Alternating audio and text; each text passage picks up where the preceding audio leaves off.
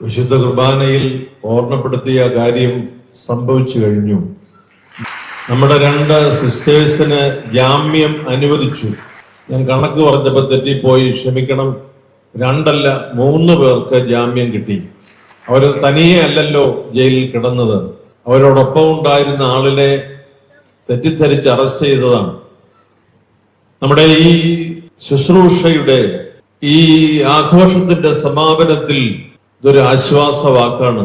നമ്മൾ ആഗ്രഹിച്ചിരുന്ന ഒരു കാര്യം അത് കേൾക്കുന്നതിന് നമ്മുടെ ഈ കൂടിവരവിന്റെ വേദി തന്നെ നമുക്ക് ഒരു അനുഗ്രഹം നൽകി എന്നുള്ളത് നമ്മെ വ്യത്യസ്തരാക്കുകയാണ്. ഒരു വാദപ്രതിവാദത്തിനോ ഒരു മീഡിയയുടെ അറ്റൻഷനോ ഒന്നുമല്ല.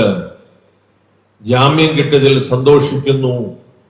അകാരണമായി അവരുടെ മേൽ ആരോപിക്കപ്പെടുന്ന കുറ്റം കൂടി അതെഴുതി മാറ്റുന്നതിനുള്ള സംവിധാനം ഉണ്ടാകണം.